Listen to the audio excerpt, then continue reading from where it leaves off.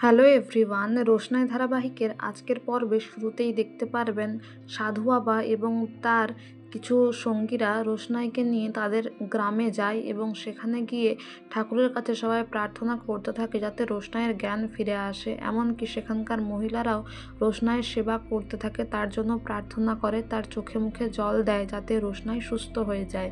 এদিকে কমিশনারের অফিসে আদিত্য কাপুর আরণ্যককে বলে, দেখো, তোমাকে এখন অনেকটা শক্ত হতে হবে, কারণ রোশনাইয়ের যে মার্ডার হয়েছে তার এই মৃত্যু রহস্যটা তখনই সমাধান করা সম্ভব যখন তুমি শক্ত থাকবে। আর ঠিক সেই সময় একজন অফিসার এসে কমিশনারকে জানায় যে গাড়িটা পাওয়া গিয়েছে আর সেখানকার লোকেরা কেউ কিছু দেখেছে কিনা সেটা এক্ষুনি জানতে হবে, ইন্টারোগেশন শুরু করতে হবে। এদিকে গরিমাকে জাহ্নবী বোঝায় যে আরণ্যক তোমাকেই ভালোবাসে, তোমাকেই তো বিয়ে করেছে, এমনটা তো হতেও পারে রোশনাই অ্যাকচুয়ালি মরেনি, এআই দ্বারা ছবিটা কনভার্ট করা হয়েছে আর দেখানো হচ্ছে রোশনাই মারা গেছে, হয়তো বাদশাকে ফাঁসাতে চায়। আর তখন গরিমা বলে, আমার মায়ের অপমান কিন্তু আমি মেনে নেব না। এদিকে সুরঙ্গমাও বলে, আমি যদি বাঁচতে না পারি তাহলে আপনাদের ছেলেও কিন্তু বাঁচবে না, যদি আমি ফেঁসে যাই তাহলে কিন্তু আমি ওকেও ছাড়বো না।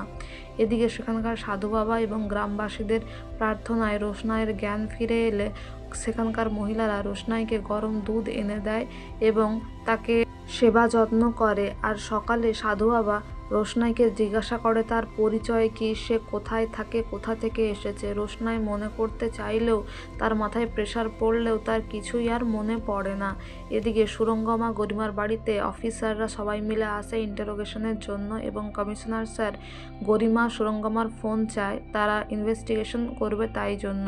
এদিকে আরণ্যক বলে যে আমরা সন্দেহের তালিকায় যাদেরকে রেখেছি তাদের সবাইকেই ইন্টারোগেট করব। আর অফিসারও বলে যে ইন্টারোগেশনের জন্য যদি 100 বার যেতে হয় তাহলে তাদেরকে যেতে হবে থানায়। সুরঙ্গমা বলে, আমি থানায় যাব? আমি কখনো থানায় যাব না।